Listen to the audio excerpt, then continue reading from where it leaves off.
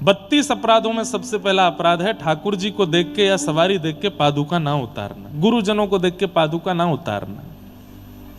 दूसरी बात, ठाकुर जी के वर्ष भर के मुख्य उत्सवों को ना करना। होली, दीपावली, जन्माष्टमी, रामनवमी, नवरात्रि, हनुमान जन्मोत्सव, श्री जानकी नवमी, राधाष्टमी, ये सब विशेष उत्सव हैं। इन उत्सवों को ना करना। और इसके अलावा जिन गुरु के परंपरा में आप हो, उन गुरुदेव का, दादा गुरुदेव का, परदादा गुरुदेव का या उस परंपरा के आचार्यों का जो साल भर में उत्सव आता है वो ना करना। अगर आप वल्लभ कुल से हो तो श्री वल्लभाचार्य जी की जन्मोत्सव, अगर आप निम्बार्क से हो तो श्री निम्बार्काचार्य जी का प्राकट्य दिवस, अगर आप रामानंद परंपरा से हो तो श्री रामानंदाचार्य जी का प्राकट्य दिवस, रामानुज परंपरा से हो तो रामानुजाचार्य जी का प्राकट्य, वो मनाना है। यदि नहीं मनाते हैं तो कहीं ना कहीं अपराध। अब आप ये सोच रहे होंगे कि इन अपराधों का मतलब क्या पाप है? नहीं, इन अपराधों का मतलब पाप नहीं है। इन अपराधों से होता क्या है कि जो भक्ति में वर्धन होना चाहिए वो होने में रुकावट आती है। इसलिए इन अपराधों को नहीं करना है। तो पहला, पादुका उतार के प्रणाम करना है। दूसरा, साल भर के विशेष उत्सवों को मनाना है। तीसरा, ठाकुर जी के मंदिर में जाके दर्शन करना पर नीचे लेट के प्रणाम करने में आलस करना है। ऐसी छूके वो ठीक है, अब कहाँ नीचे बैठो, फिर दंडवत हो, फिर लेट के करो, माताएं सष्टंग प्रणाम करें, भाई लोग दंडवत प्रणाम करें, उसमें आलस्य करना, मतलब केवल दर्शन करना और प्रणाम ना करना, यह अपराध है। मैं फिर कह रहा हूं, यह पाप नहीं है, यह अपराध है। और अपराध का मतलब होता है कि ये जो 32 अपराध हैं, इनसे भक्ति के वर्धन में रुकावट आएगी। आप जहां हो वहीं रहोगे, फिर उससे ऊपर नहीं उठ पाओगे। इसलिए ये करना नहीं है, इन सब अपराधों से बचना है। मंदिर में कहीं भी प्रणाम किया है, यदि आप शारीरिक स्थिति से योग्य नहीं हो, घुटनों में दिक्कत है, कमर में दिक्कत है, लेटने को मना किया डॉक्टर ने, तो कोई बात नहीं। लेकिन पूर्ण स्वस्थ तो केवल आलस कर रहे हो कि कैसे प्रणाम करूं, और या फिर भीड़ इतनी है कि भाई लेटे तो फिर ऊपर से निकल ही जाने हैं सब लोगों को। ऐसी स्थिति में भी क्या कर सकते हो? नेत्र बंद करो, उसी झांकी को मन में प्रकट करके वहां दंडवत प्रणाम करो, या फिर मंदिर से बाहर आने के बाद जहां उपयुक्त स्थान देखे वहां से प्रणाम करो। प्रणाम तो करना है, दंडवत तो करना है। अच्छा, आपको प्रणाम की महिमा पता है? प्रणाम से क्या होता है? बाल्यकाल में हम सब लोगों ने एक श्लोक पढ़ा है, सबको याद होगा, अगर बचपन की संस्कृत याद होगी तो। नमन्ति फलिनो वृक्षा नमन्ति गुणिनो जना शुष्क काष्ठानि मूर्खाश्च ना नमन्ति कदाचन। ये तो स्कूल में पढ़ाया जाता था कि फलित वृक्ष जो होता है वो झुका हुआ होता है, और जिस वृक्ष में फल नहीं होते वो सीधा खड़ा रहता है। लेकिन आंधी जब आती है तो लंबे चौड़े सीधे खड़े हुए फल, बिना फल वाले वृक्ष जल्दी गिरते हैं, पर आंधी आने पर जो गहरे घने वृक्ष होते हैं जो झुके रहते हैं। आम का पेड़ देखा कभी आपने?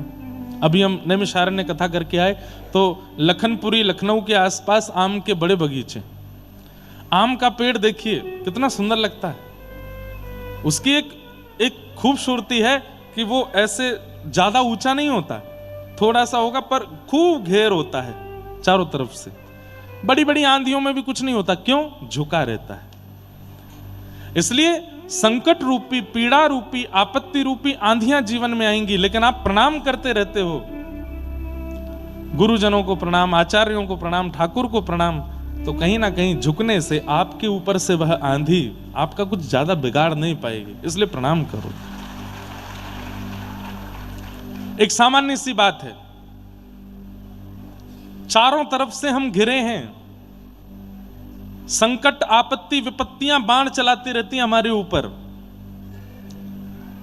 हम खड़े रहेंगे तो बाण लगेगा, लेकिन हर 10 मिनट में कोई आचार्य को प्रणाम करते हैं, हर आधा घंटे में गुरुजनों को प्रणाम करते हैं, ठाकुर जी का मंदिर देख के झुकते रहेंगे तो बाण ऊपर से निकल जाएगा, लगेगा ही नहीं। तो जो आपत्ति विपत्ति संकट के दुख के बाण लगने वाले थे उससे हम बच जाएंगे, इसलिए प्रणाम। तो तीसरा अपराध क्या है? दर्शन करके प्रणाम ना करना। ये तीसरा 32 अपराधों में तीसरा अपराध है। चौथा अपराध क्या है? अशुद्ध अवस्था में मंदिर जाना। अशुद्ध अवस्था में मंदिर जाना। अशुद्ध अवस्था किसको कहते हैं? बिना नहाए धोए जाना, या फिर माताओं का जो मासिक धर्म है उसमें, या फिर मद्य मदिरा पान करके और भक्ष भक्ष सेवन करके किसी के साथ बुरा करके किसी को कष्ट दे करके मंदिर जाना, ये सब अपराध है। मैंने एक बार एक बात कही थी, बताई थी। एक बार राधा रमन जी दर्शन करने गए तो वहां एक मैया बगल में खड़ी। सो मैंने मैया से ऐसी पूछ ली, मैंने मैया नहा के आई हो? है, मैं तो नहा के आई। मैंने कि आप मंगला दर्शन करने आई हो, नहा के नहीं आई? सुबह 4 बजे दर्शन करने आई, बिना नहाए चली आई? तो मैया बोली, ठाकुर कौन सा नहाए हो अभी? ये भी तो नहावे जावे को, ये तो उठते ही दर्शन दे रहे हैं ठाकुर जी। अब स्नान करने जाएंगे, जब ठाकुर ही ना नहाया तो हम कैसे नहा के आए? पर ये ब्रज की मैया थी, उनकी भावना अलग है। आपको पता है, हमने नासिक में 1 महीना कथा की। वहां हमारा नियम क्या था? श्री गोदावरी जी में 3 बार स्नान करने जाते थे, पर सुबह सुबह का जो स्नान 5 बजे होता था, उससे पहले गुरुदेव वहां के महाराज जी की आज्ञा थी कि पहले अपने कमरे के बाथरूम में स्नान करो। तो मतलब हम 3:30 बजे उठ के पहले बाथरूम में स्नान करते, फिर स्नान करके तिलक स्वरूप लगा के फिर गोदावरी नहाने जाते। क्यों? बोले कोई स्विमिंग पूल थोड़ा ही है, कोई ये सामान्य सरोवर थोड़ा ही है, साक्षात गोदावरी जी हैं, चलता हुआ मंदिर है, आप बिना नहाए धोए कैसे जा सकते हो? तो जो लोग बिना नहाए गंगा जी स्नान करने चले जाते हैं, यमुना जी, वो उल्टा पाप धो के नहीं, पाप करके आ जाते हैं। बिना नहाए नहीं जाना, स्नान करके जाना। चाहे आप हरिद्वार जाओ, चाहे आप प्रयागराज जाओ, आप जितने भी बजे स्नान करने जाइए तीर्थ नदियों में, पहले आप कक्ष में नहाइए, नए वस्त्र पहन के तिलक लगा के फिर वहां नहाने जाओ, क्योंकि वह भी एक मंदिर है। तो मंदिरों में अपवित्र अवस्था में जाना, अशुद्ध अवस्था में जाना, यह भी एक अपराध है। अशुद्ध अवस्था में मंदिर जाना, तीर्थ नदियों में जाना, और सुनो, कथा में आना, बिना नहाए धोए कथा में भी नहीं आना चाहिए। अभी तो 3 बजे से होती कथा, तो कोई ऐसी बात नहीं। कई बार हमने सुबह सुबह की कथा की है 4 बजे। बहुत जल्दी मैं करने वाला हूं वही अकिंचन वाली कथा, बहुत याद आती है उस कथा की। और जयपुर में तो सबसे ज्यादा वही है। वो अकिंचन कथा में कई भाई लोगों के मुंह से मुझे पता चल जाता था कि ये नहा के नहीं आए हैं। तो मैं उनसे, कई तो हमारे परिकर के ही, हमारे संगीतज्ञ और हमारे ब्राह्मण देवता, ये वाले संगीत वाले नहीं थे, दूसरे थे जो नहा के नहीं आते थे। ये तो सब नहा के आते हैं, बिना नहाए धोए भी आ गए। एक बार एक पंडित जी थे, कहीं कथा थी, ऋषिकेश में थी, सुबह सुबह वही 4 बजे। तो मैंने उनसे कहा, मैंने तुम नहाए नहीं हो? नहीं नहीं सरकार, हम सोए ही नहीं पूरी रात। तो मैंने कहा सोए नहीं तो फिर कल के नहाए हुए ही हैं अभी तक, तो सोने के बाद नहाया जाता है। अरे मैंने कि जाओ नहा के आओ। भैया ये लोगों के अंदर ये ना नहाने का गुण धीरे धीरे आता जा रहा है। अब तो गर्मी आ रही है, सर्दियों में तो नहाते ही नहीं थे लोग। तो मंदिर में, तीर्थ नदियों में, कथा में बिना नहाए धोए चले जाना एक प्रकार का अपराध है। अशुद्ध अवस्था में नहीं जाना है। 5वां अपराध क्या है? ये ध्यान से सुनने वाली बातें हैं। ठाकुर जी की परिक्रमा करना मंदिर की, और परिक्रमा जहां से शुरू की वहां पूर्ण जब हो एक, तो वहां रुकते ठाकुर जी को प्रणाम करना, फिर दूसरी परिक्रमा शुरू करना। उस बीच में प्रणाम ना करना, यह भी एक अपराध है।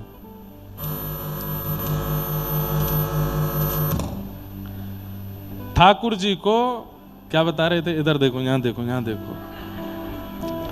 आपका डिस्ट्रैक्शन तो कुछ नहीं है, मेरा मैं डिस्ट्रैक्ट होता हूं तो पूरी कथा चहल पहल हो जाती है। सुनो, परिक्रमा करते हैं ठाकुर जी की, एक पहली बात, एक परिक्रमा नहीं करते, कम से कम 2 परिक्रमा, और ज्यादा से ज्यादा जितनी कर सको।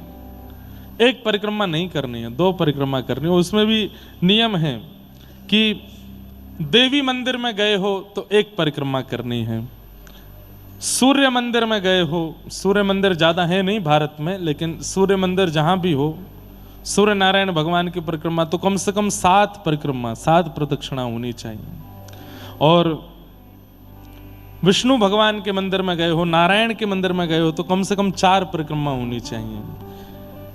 गणेश जी के मंदिर में गए हैं तो 3 परिक्रमा होनी चाहिए, और शंकर जी की आधी परिक्रमा ऐसे भी देव हैं हमारे जिनकी आधी ही परिक्रमा लगती है। क्यों लगती है पता है? कितने लोगों को पता है कि शंकर जी की आधी परिक्रमा क्यों लगती है? अब वही बात है कि हाथ खड़े कर लो, पूछेंगे थोड़े ही, कम से कम कैमरा में दिख जाएंगे कि हमको पता था। बहुत बड़ी कथा है ये, तो सुनाने के लिए हमको 1 घंटा लगेगा कि शंकर जी की आधी परिक्रमा क्यों होती है।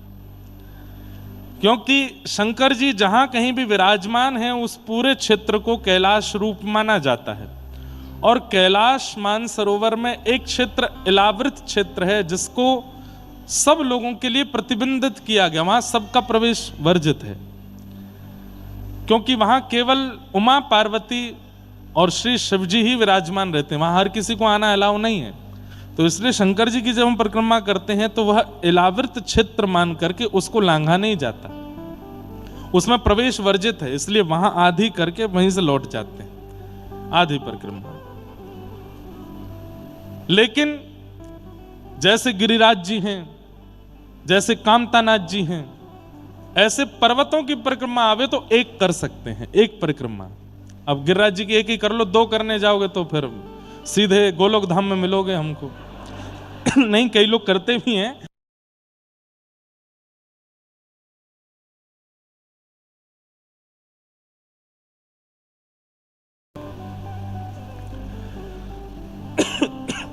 लेकिन मूल बात क्या थी?